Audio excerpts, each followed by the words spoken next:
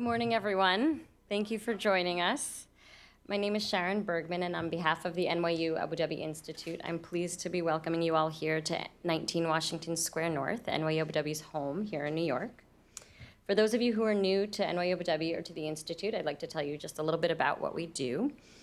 The Institute over the last decade has become a center of scholarly activity and community in Abu Dhabi, the Gulf, and the UAE, of course. And as an extension of the programming we support in Abu Dhabi, we also organize a series of programming here in New York in an effort to extend the reach of that research and foster greater intellectual and institutional connectivity between the two campuses. The programs here range from research-based workshops and conferences to series of lectures, panel discussions, just like the one we're here for today. In fact, this program is truly an extension of the programming we host in Abu Dhabi in that it is a follow-up to an NYU Abu Dhabi Institute-hosted Winter Institute in Digital Humanities that was held in Abu Dhabi just a couple of weeks ago. I'm sure we'll hear more about it this morning. On that note, I'd like to introduce you to our organizers today.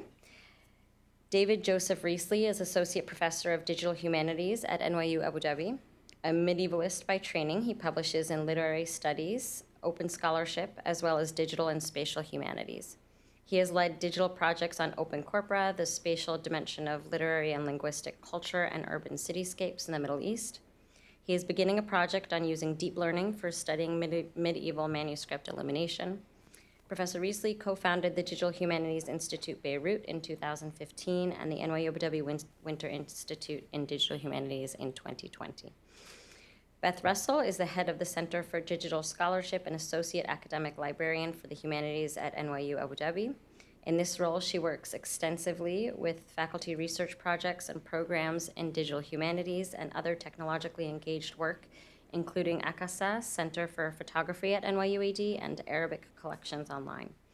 She oversees the library's programs involving digitization and media technologies, GIS applications, and collaborates routinely on issues of digital storage and digital archiving. She is co-founder of the Winter Institute in Digital Humanities as well.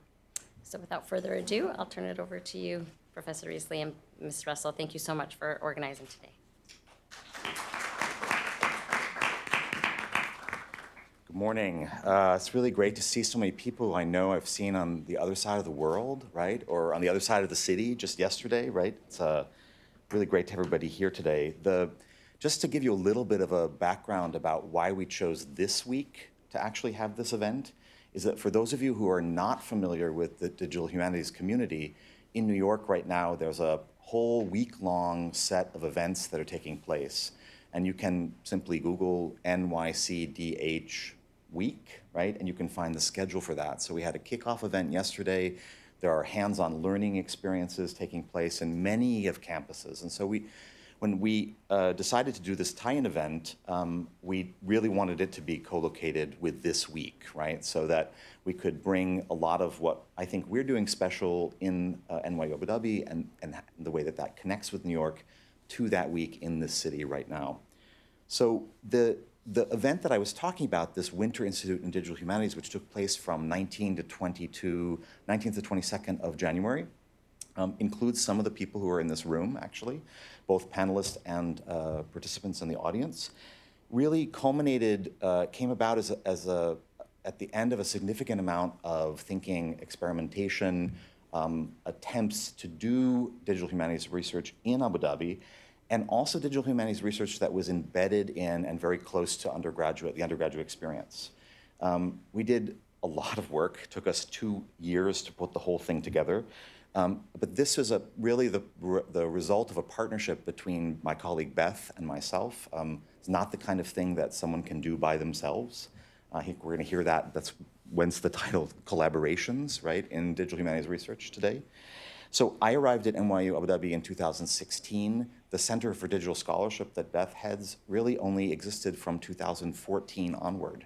So this is a new project for us in Abu Dhabi, and we're really very proud of it. We have a lot of digital research projects that are going on around campus.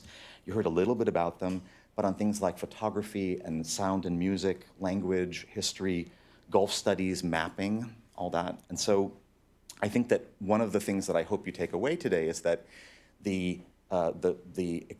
what is happening in Abu Dhabi is really a concentration of that kind of research, which is pretty unique in the environment in which it's located.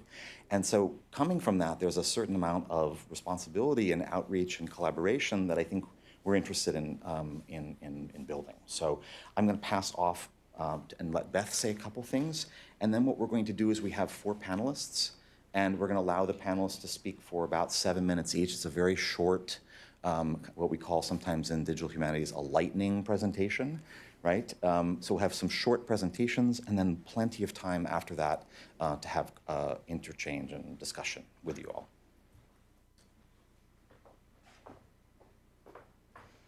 All right. Good morning, everyone. Thank you so much for being here, and thank you to the Institute for having us. Major jet lag for me means reading notes off a page, so forgive me. So we decided to have this event in New York following our recent Winter Institute in Digital Humanities that David just referred to, held just a few weeks ago in January, in the hopes of opening a larger conversation with NYU and with the NYCDH community about what happens when digital humanities crosses borders. At NYU Abu Dhabi, digital research is both enabled by infrastructure in New York and enriched by the diverse expertise and contributions of our colleagues in New York. The conversation is doubly rich when we consider the ways in which the campuses and global sites outside of NYC feed back into the research partnerships on the square. Today's conversation was designed as an open one to discuss and to brainstorm on what the opportunities and challenges of both international and interdisciplinary work in digital humanities look like, and what it might become as the world of digital humanities practitioners continues to expand. We have 4 panelists that will speak to these questions, which we will introduce next, and will then open the discussion to everyone. Thank you. Thanks, Beth. So our first speaker is Carol Chiodo, Librarian for Collections and Digital Scholarship, Americas, Europe, and the Oceania Division at Widener Library at Harvard University. All right, so I'm going to begin my talk today speaking about sort of what happens when we put a bunch of different people in the room from all different places, all different backgrounds, different languages, different educational backgrounds. What happens when we put them all in the room to learn something technical, usually pretty hard? I'm speaking from the experience of being both an instructor at the Winter Institute, but also at the European Summer Institute. And during that time, I've had the opportunity and the privilege of working with students from all over the world. And one of the most difficult things about bringing everyone together in a room is understanding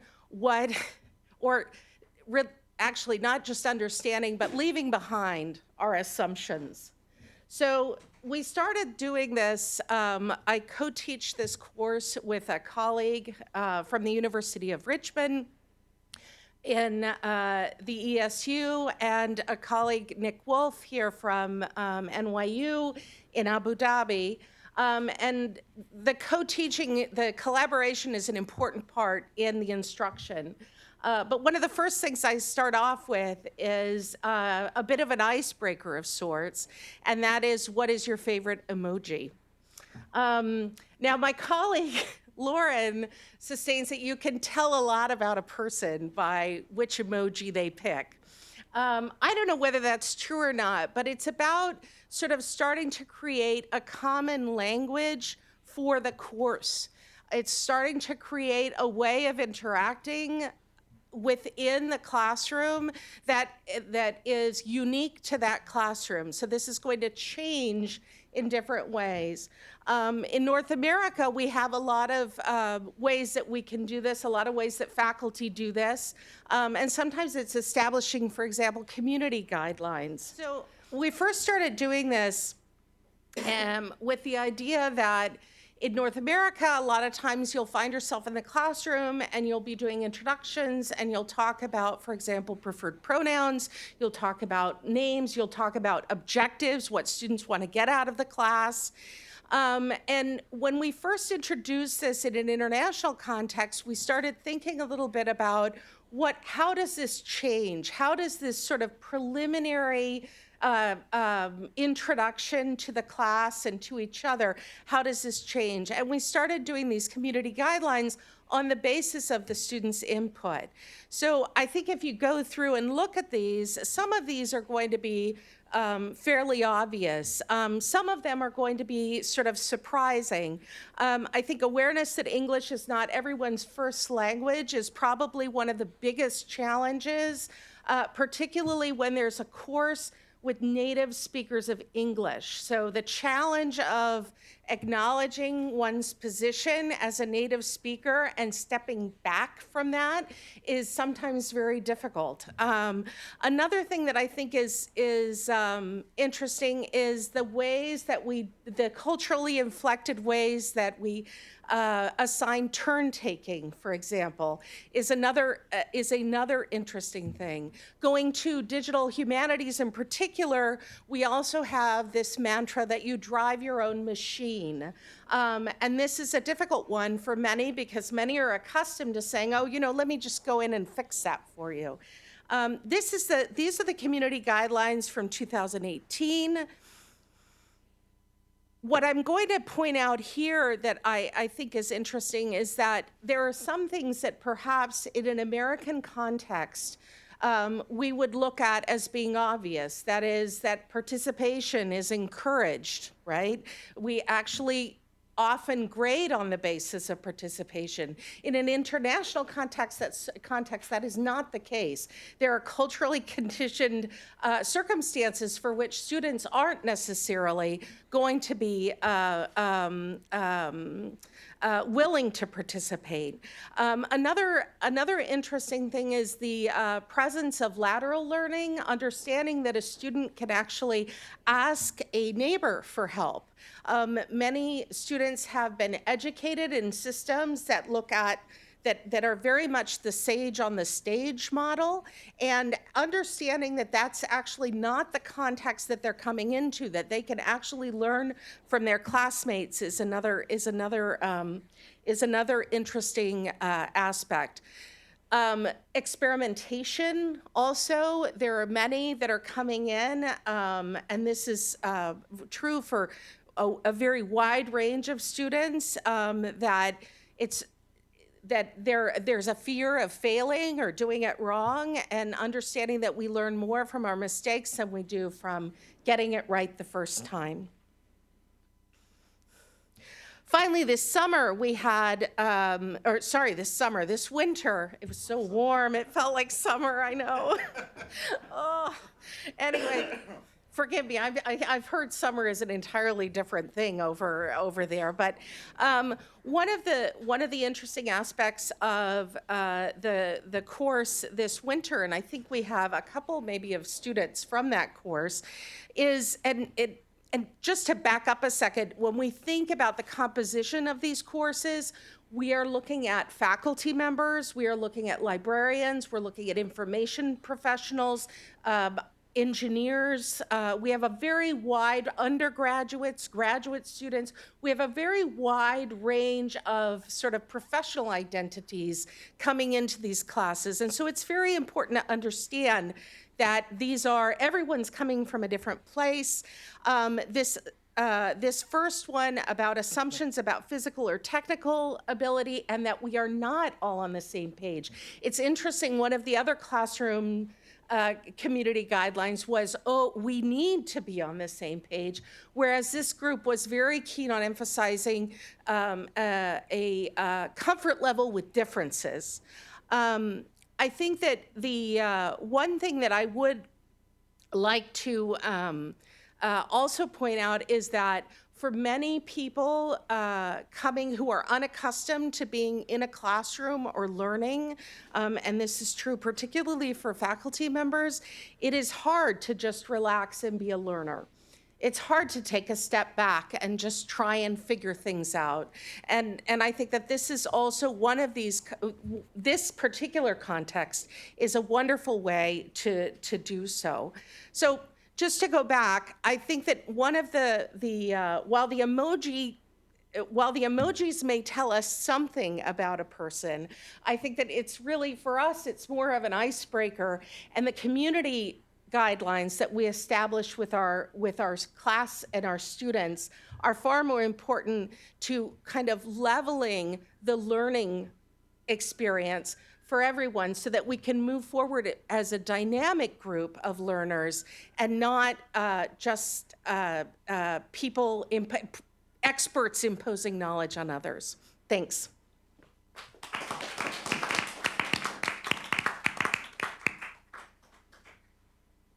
Thanks, Carol.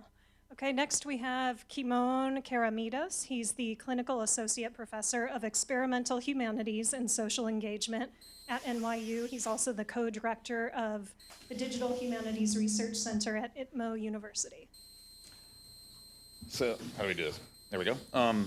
So, I want to talk today about this kind of explosion of international connections I've been fortunate enough to fall into, be able to make, and how it ties into a number of different perspectives on how often people in digital humanities or in another field, cultural heritage, and how kind of, especially as our world is changing and we have these technologies, but also new challenges over borders, and how we can really create interesting relationships and work with people around the world through these new types of media. And so I'm going to run through some personal stuff. I always feel like biography is one of my best teaching points, which might be a little egotistical. But so oddly enough, my story starts here, Crimea. So in 2012, the Freer-Sackler Asian Art Galleries of the Smithsonian Institute decided to begin a large-scale exhibition on the Sogdians, who were these mercantile culture from the Middle Ages in Central Asia and present-day Uzbekistan. The idea was to borrow many of the objects from the Hermitage, where most of the archaeology had been done underneath the auspices of Soviet and Russian archaeologists. So 2 years into the project, 2014, Crimea was invaded by the Russian military. So immediately after that, President Obama put sanctions on the Russian government, and in response, the Russian government banned all cultural loans to the United States. So all of a sudden, what was meant to be a large-scale physical exhibition was quickly turned into a big question mark. And I was asked by the director of the Freer-Sackler, the picture there above, to come in and try to transfer this project, which had been a physical exhibition, into a digital exhibition. And this has started a whole sequence of events for me that I feel like I've actually kind of become a Sogdian traveler. So we continued working with the Hermitage despite these physical barriers, doing 3D models, getting large amounts of digital images, and the end result was a beautiful, wonderful thing I'm super proud of, a very large-scale global digital art history project about the Sogdians. You can see the URL down there on the bottom, sogdians.si.edu. And I wanted to just, and so we can see here that this really became an international project. If you look at the list of people coming from England and the Smithsonian, just from the team, then we have a whole bunch of contributors of text from all over the world, and people providing images from all sorts of libraries, museums, and institutions, from China to Russia to the British Library. Oh, where did my slide go? Oh, it didn't get updated. Oh. Can we do this real quickly? No. All right, so after this slide is supposed to be a slide of the Sogdian trade routes. And so the Sogdians are based in central Uzbekistan, and their trade routes, the most famous ones are the Silk Roads, which travel east to western China, go over the mountains around the Taklamakan Desert, through the kind of the hills and foothills of mountains near the southern Gobi and end up in present-day Xi'an, which was known as Chang'an. But as well as going that direct route, which was a lot of the Sogdians, they had passed down into the Indus River Valley. They were also known to trade with people who were on what were called the maritime Silk Roads, which went all the way from western India around around the southern part of India to Southeast Asia and all the way up to Japan. Also, trade routes from China ended up showing Sogdian objects of trade, whether they were Sogdian or not, ending up all the way as far east as Japan and Korea. And there are even traces of Sogdian influence going all the way through Jerusalem and the Eastern Mediterranean and out towards Italy. So in that map, you would have seen a lot of border crossing in a really fraught, violent time. The Sogdians having to deal with nomadic hordes to the north who would come down and ask for tribute, dealing with major empires to the west and the Sasanians to the east and the Chinese. But the Sogdians were able to negotiate this by being interdisciplinary, by being flexible, by being mobile, and by being tolerant and not kind of overly assertive, and to kind of understand the landscapes that they were going into. So that brings me into my next stop. So while I was working on the Sogdian project, I ended up being brought to Abu Dhabi by NYU Abu Dhabi and this fine gentleman. So I received an email asking me to come to the first conference that David and Beth held in 2017. And that has led a really wonderful interaction with me with not just NYU Abu Dhabi, but also Zayed University and the entire region, where I'm finding that there are a lot of people interested in an area I particularly work on, which I kind of call object-based digital humanities for cultural heritage, and thinking about how we can look at the objects and the material culture of cultural heritage, contemplate the textual, the spatial, and the physical narratives of these materials, transfer them into a digital medium that can deal with political boundaries, can cross borders, that can tell new stories. Recently, I've been talking with people at Zayed that they're trying to reconstruct the development of the UAE, this oral history that, in the early parts of the 60s and 70s as they became a nation, and all of this lack of recording that had happened with the massive kind of capital drive and development. So this idea of kind of reconstructing a national idea, which is both a really fascinating and also interesting when we think about ideas of nation building in the 21st century. But we have objects and we have architecture histories, we have urban landscaping. And so when I gave my workshop at WIDH in January, in the winter, I had a full class, and I had people from Lebanon, and I had professors from India, and I had a librarian from Alexandria, which was great, right? Alexandria Library. I had 2 Italians, one of them working at the Louvre. I had an Asian American specialist coming from Yale University, and it was this amazing breadth of people interested in doing this kind of work. And what we found is that we were talking about questions of repatriation, kind of the idea of like ontology of digital objects, so that these are big possible spaces, but people are still trying to negotiate exactly the best way of going about them. And I feel really proud to be able to kind of tie it into all of that. So my next stop is St. Petersburg, Russia. And this is a even more increasingly developing project, and Antonina will talk more about it, that starts with community building. So in 2011, I was in Stanford University for the Digital Humanities Conference. I was sitting ready to watch a presentation, and next to me was a professor from Fordham and a digital librarian from the New York Public Library. And we realized we had all known of each other, but we had never met, and it took all of us going to California to get together to have a conversation. So we gathered some other New Yorkers who were there. So that was Mickey McGee from Fordham and Ben Vershbaugh from the NYPL, some names people. Then Jennifer Vinopal and Monica McCormick, who had been at NYU at the time, and Barbara Rockenbach, who is a librarian up at Columbia. And we decided to start what was known as NYCDH, and that's part of what this week is. And the idea really is to take the nascent community in New York and build it out and create structures for graduate student awards and for workshops and events like this. That one year, a wonderful woman from St. Petersburg, Antonina, came, and I helped facilitate her being able to get a visa, and that has turned into a larger project where we are working again with the Hermitage, and we're developing master's programs, and we're even thinking of turning a bunch of This is 1/4 of a room that the Hermitage has. They can't put all of it on, and now we're thinking of developing a virtual environment where you can go in and travel and see all the pieces together in a way that you can't normally. So now we come back to New York, and we have all of these wonderful options, and it's this great idea of this city, as Uzbekistan, being at the center of the world and providing international and collaborative hubs.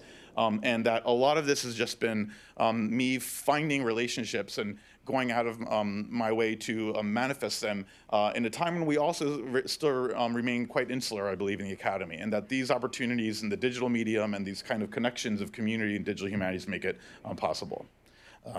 And just to add to that, we are also now building in the program of international relations I'm part of, a special track in international relations in the information society. So this is becoming part of something not only in the humanities, but in political science, history, and diplomacy, which is a lot of fun. So.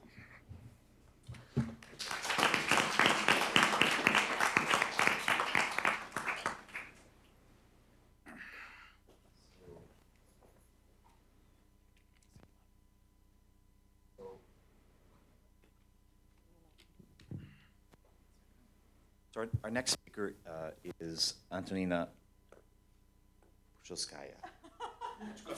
Puchkovskaya. I knew I was going to do that. We actually practiced that, and I knew I was going to do it.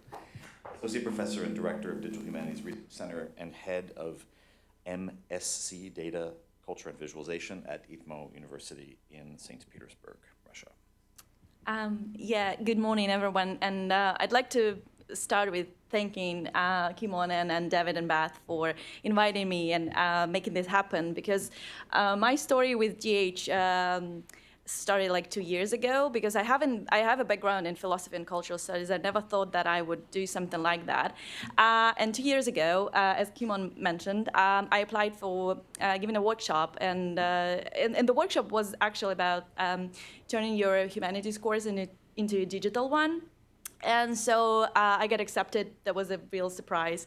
And I came to New York, and I met these wonderful people in community, and working in a very STEM-based university, which is ITMO. It's all about computer science, it's all about physics and optics, these kind of things. So I can't say that humanities are not welcome, but we are kind of like, odd one out sort of people, and having and meeting all these people in New York, and seeing that everybody is so open and friendly, and that there's so many things going on, and everybody is really, really helpful, because I think that we all have this, sharing this imposter syndrome sometimes. So everybody's really helping out other people. So I decided to start this initiative at ITMO, a digital humanities one. And so now, in 2 years, I'm just going to share the results of what's been done, and I'm really happy about it. So the thing is about, speaking of collaboration and speaking of interdisciplinarity, I think that it's a good thing to actually share.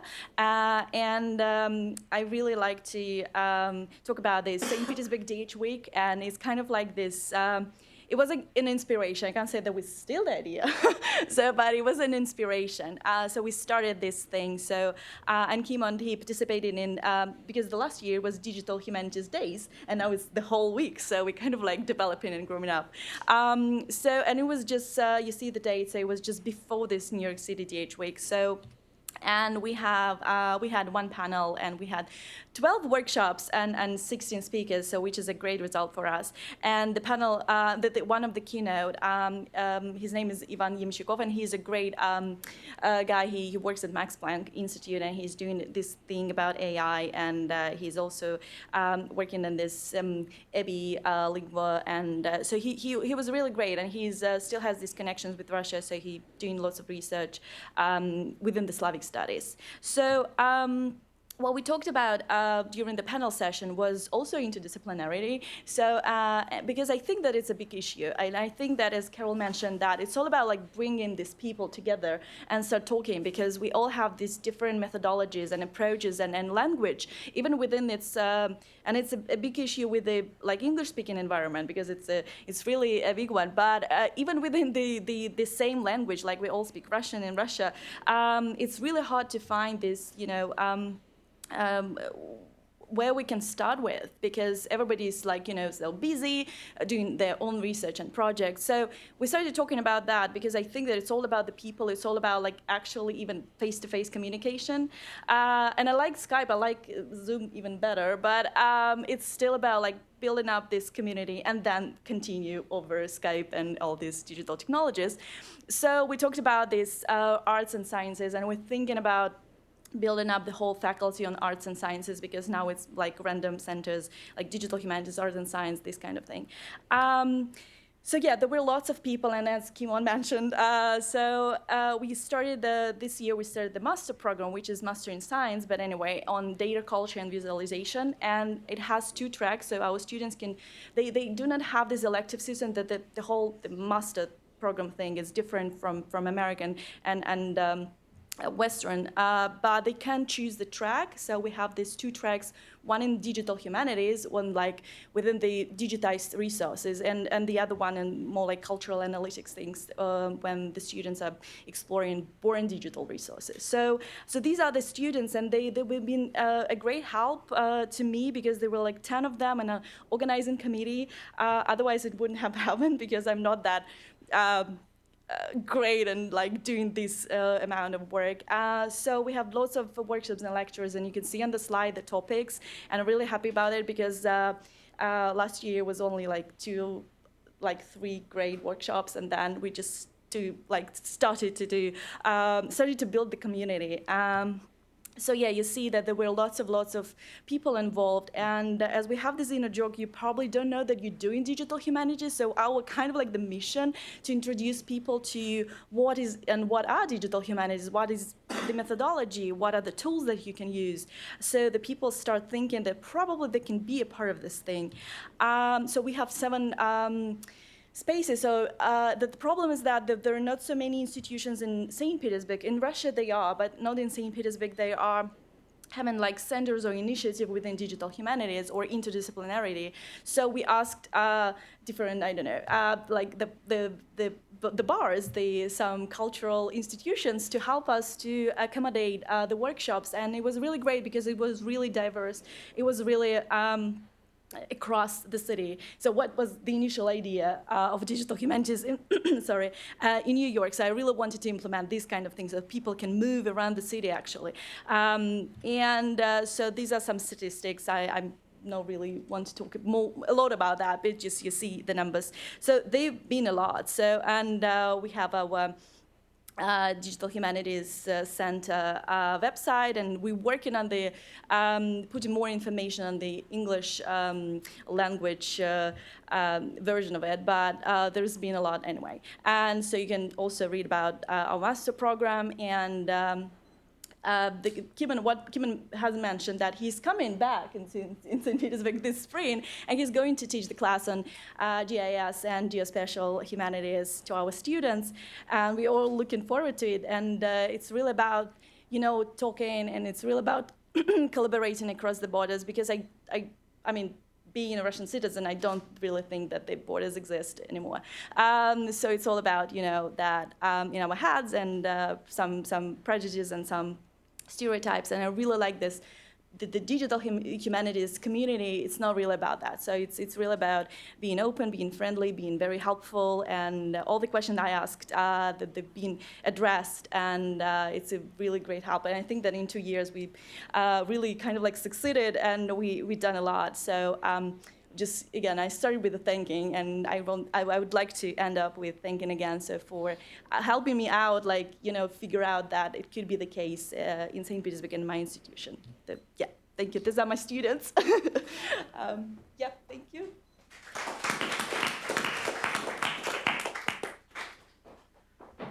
Okay, so next we have Alejandro Velasco. He's an associate professor at NYU's Gallatin School of Individualized Study, and he's an associate professor of history at NYU.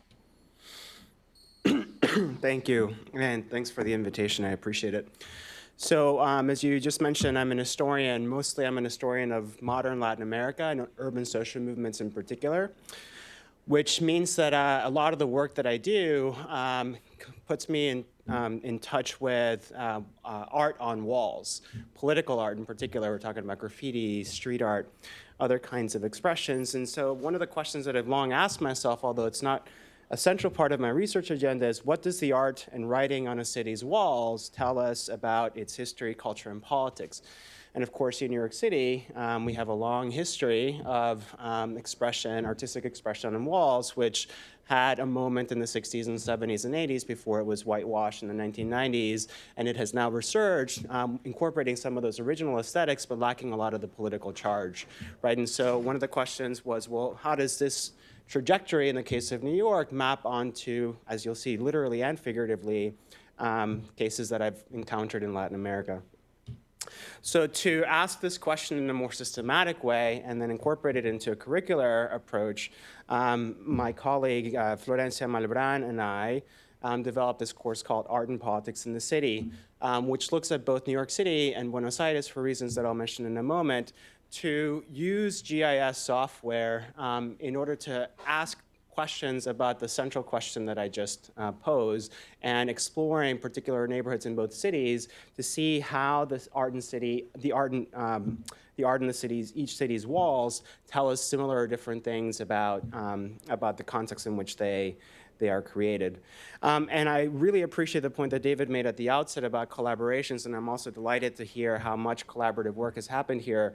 The list of people that I include here is not gratuitous. It's basically to say how an historian and an art historian, this is a bit flip, but it's actually true, we continue to be actually quite nervous and intimidated by the technology that's available, how we marshaled the tremendous resources, creativity, and just desire to help of people in the digital humanities community here at NYU, in New York and in Buenos Aires, to help us proceed with this experiment.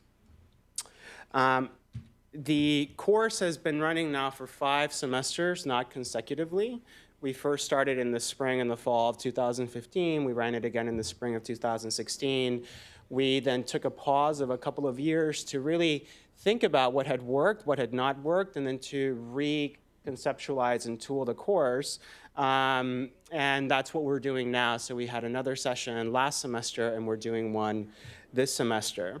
And so the course basically takes students in both New York City and Buenos Aires who meet simultaneously, so in real time, with software that I'll talk about in a moment, and then use geotagging software to mark the location of murals, graffiti, and installations, so street art broadly defined. The resulting data set that we've accumulated to this point is over 4,000 data points. All of them not only geotagged, but also coded to reflect particular characteristics, which then allow us to draw comparisons and contrasts using additional GIS software. So students in both places, New York and Buenos Aires, were assigned specific neighborhoods, which they then were tasked to canvass weekly, so to visit those neighborhoods weekly to document both new and removed or altered street art that they encountered. And the point here, of course, was to draw upon the ephemerality of street art and to be able to create not just a database, but a database that also accounts for longitudinal differences across not just 5 different semesters, but even from week to week in some instances. They also conducted research on the neighborhood's histories, and they also found open access GIS data. This is one of the reasons why we picked New York and Buenos Aires, not just because, of course, NYU has sites in both, but also because New York and Buenos Aires are so-called 2.0 cities, which have committed resources and funding, as well as platforms to provide open access GIS data on their cities, from everything ranging from the location of bars or schools to population data and more dense statistics. In addition, students read widely in art history and criticism and urban theory and in the political histories of both cities to be able to contextualize the art that they were encountering. And like I said, both sections met simultaneously via enhanced video conferences to discuss readings as well as the data. And then finally, groups of students in both cities, New York and Buenos Aires, were paired together to then be able to draw contrasts and comparisons, not just individually within the specific neighborhood that they're covering, but then compared to a neighborhood that they're paired with in the other city. And then students posted these findings in a WordPress-generated website. So as I mentioned, why Buenos Aires and New York? These are seemingly cities with seemingly contrasting recent histories of street art and politics. So as I just mentioned, New York's tradition, or legacies going back to the 80s, going back to the 60s, and everything that happened under Giuliani and then Bloomberg. I don't know if anybody's been to Buenos Aires, but Buenos Aires is a city that is literally covered in street art, in part because graffiti and street art is legal. And so much in contrast to New York City, which has been illegalized, although it has been coming back in these more sanitized forms. These two different histories is something that we really wanted to get at. They're both 2.0 cities. There's also seamless integration of tech support. So basically, this is what the rooms look like. I don't know if you've seen these enhanced video conferencing rooms both in New York and in Buenos Aires. But they allow us to be able to project with a very neat image both rooms from one place to the next, and really enhanced audio, which basically gives the feel that students are on the other side of the wall, rather than, of course, on the other side of the world. And that experience actually, it takes students certainly took us a little bit of time to get used to, but once you're used to it, it's really quite remarkable how seamless the experience can be. Longitudinal data in terms of 5 semesters.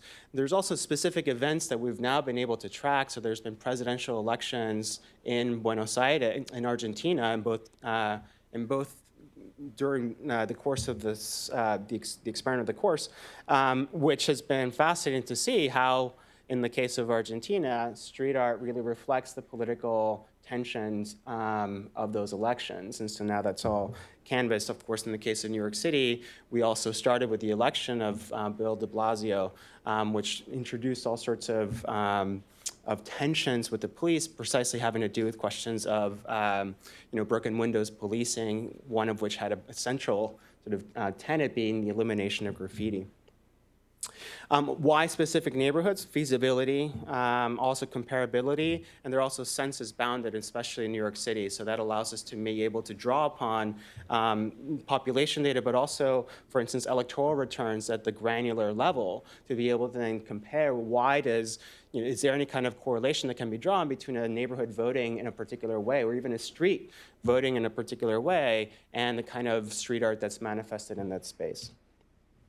So in terms of the data collection, we use Survey123, which is a mobile data collection software that students just download onto their phones and has pre-programmed codes that they can use to encode as they are geotagging and taking images of the street art that they encounter. And then that gets sent up to, first we use CartoDB, and then we use Story Maps. Story Maps is an ArcGIS software to be able to visualize that data, right? But this is just the first step. I guess it's one of the things that I really want to highlight, that this is just the base level data. The really interesting and exciting thing happens when you begin to ask questions of the data that you hadn't been able to do before, because you literally have, a bird's eye view. And have all sorts of other tools to be able to interpret and ask questions. This is basically what it looks like at this present time, and I just wanted to highlight and see if it works.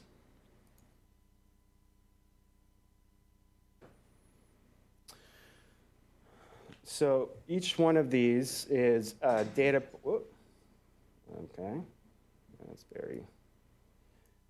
is a data point. The base images are the bounded neighborhoods that we've selected. So basically Chelsea, parts of Chelsea, parts of Loisaida, so Lower East Side north of Houston, parts of Chinatown south of Houston, Loisaida, Houston Street from point to point, and then 3 neighborhoods in Brooklyn, Williamsburg, Bushwick, and East New York. And so each one of these data points, includes the codes that we've created, as well as the image of the street art that students have encountered. And all of this can be manipulated. Let's include notes. But all of this can be manipulated to highlight certain codes over others in order to ask different questions. And then you begin to do that same process for a neighborhood in Buenos Aires, and then you begin to see not only aesthetic connections and links, but also questions of context that may or may not be similar. Okay. So it's a lot of fun to go through. This is available publicly through the NYU GIS database. So you can have fun with it if you want. Okay.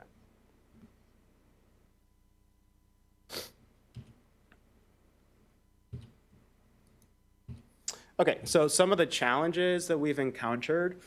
The learning curve for both students and faculty in terms of using the software is actually quite high. And so each semester, of course, poses the same challenge, which is that students have to be trained and then familiarize themselves with the technology. And so we've noticed that even though it's more and more intuitive, the curve is actually quite steep. There's also, as you all know, who've worked with any kind of technology, extremely rapid changes. So the software that we first started with when we were planning the course was obsolete by the time we actually ran the course for the first time. And by the time we then restarted it again just this past year, there were all sorts of, the whole suite of new software that we could use. So the challenge there was to keep the data, the integrity of the data the same across different software platforms. Temperamental and uneven technology is, of course, a problem that we all encounter all the time, but it's especially acute when you have to make sure that that technology works, especially for students to be able to talk with each other across these two places. Somebody mentioned Zoom. I am not a fan of Zoom. It's given us so many troubles in terms of connecting, but usually we have used Polycom, which has been a little bit better. So some solutions that we've come up with, build time in the classroom to actually learn tools rather than rely on students doing it on their own.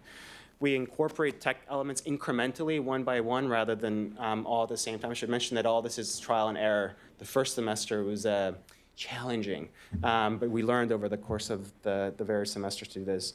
Start using these tools early and often, right? So rather than introducing some of this software towards the middle or the end, make sure that you begin early. The key thing is to be patient and flexible. And this we can constantly impress upon students. They want everything to work, as do we, but impressing upon them the patience and flexibility to have this data, this software work or not work.